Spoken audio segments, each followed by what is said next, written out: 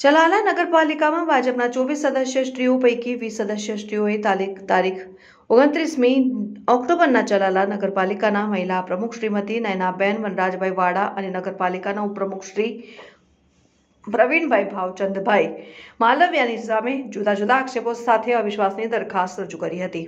ત્યારબાદ નગરપાલિકાના પ્રમુખશ્રી અને ઉપપ્રમુખશ્રી દ્વારા નિયત સમય મર્યાદામાં સદસ્યશ્રીઓની સામાન્ય સભા નહીં બોલાવતા માનનીય કલેક્ટરશ્રીએ તારીખ 24ના નગરપાલિકાના સદસ્યશ્રીઓની સામાન્ય સભા બોલાવવાની સૂચના આપી હતી। જે અન્વયે તારીખ 24ના પ્રાંત અધિકારી શ્રી ધારી દ્વારા ચલાલા નગરપાલિકામાં બપોરના 12 કલાકે નગરપાલિકાના ચૂંટાયેલા સદસ્યોની સામાન્ય સભા બોલાવેલ।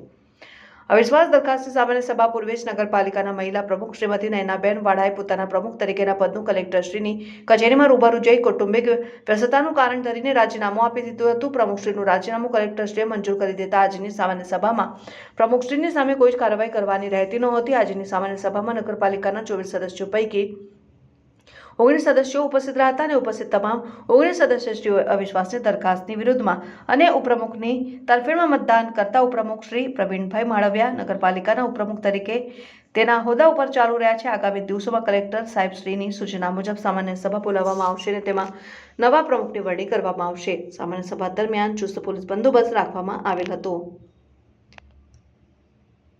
રિપોર્ટર રાઠોડ મહેન્દ્રભાઈ, ન્યૂઝ 7 ઇન્ડિયા ચલાલા। સર, જે ભાજપની સ્પષ્ટ બહુમતી હતી છતાં પણ અવિશ્વાસની દરખાસ્ત પાલિકાના પ્રમુખ પર આવી, આજે બેઠક યોજાણી, શું કહેશો?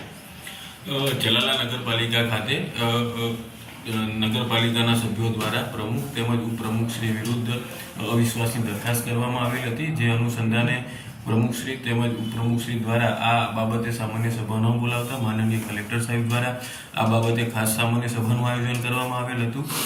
જે અનુસંધાને અધ્યાસી અધિકારી તરીકે પ્રાંત અધિકારી શ્રી ધારીની નિમણૂક કરવામાં આવેલી હતી। જે અનુસંધાને આજ રોજ તારીખ 24/12/2025 12 કલાકે નગરપાલિકા કચેરી ખાતે અવિશ્વાસની દરખાસ્તની બાબતની માનનીય કલેક્ટર સાહેબની સૂચના અન્વયે ખાસ સામાન્ય સભાનું આયોજન કરવામાં આવેલ હતું।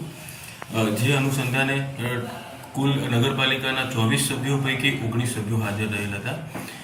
આ અગાઉ 22 તારીખના રોજ નગરપાલિકાના પ્રમુખશ્રી દ્વારા કલેક્ટર સાહેબને પોતાના પ્રમુખ પદના હોદ્દાની રાજીનામું આપવામાં આવેલ હતું।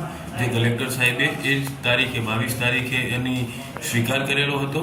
તેથી આજની મિટિંગમાં પ્રમુખશ્રી સામેની અવિશ્વાસની દરખાસ્તની કોઈ કાર્યવાહી કરવાની રહેતી નથી, તેમજ ઉપપ્રમુખની સામે અવિશ્વાસની દરખાસ્ત બાબતે ટોટલ 24 સભ્યોમાંથી 19 સભ્ય હાજર રહેલા હતા અને આ દરખાસ્તના અનુસંધાને તમામ હાજર રહેલ 19 સભ્યોએ અવિશ્વાસની દરખાસ્તની વિરુદ્ધમાં મતદાન કરેલ, એટલે કે ઉપપ્રમુખશ્રીને એમના હોદ્દા ઉપર ચાલુ રાખવા માટે મતદાન કરેલ છે।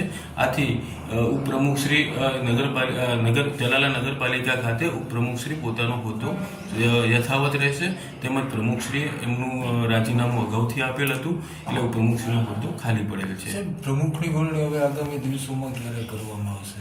આ બાબતે નગરપાલિકા દ્વારા માનનીય કલેક્ટર સાહેબને રિપોર્ટ કરવામાં આવશે અને માનનીય કલેક્ટર સાહેબ આ બાબતે ચૂંટણીની જાહેરાત કરશે। ઓકે।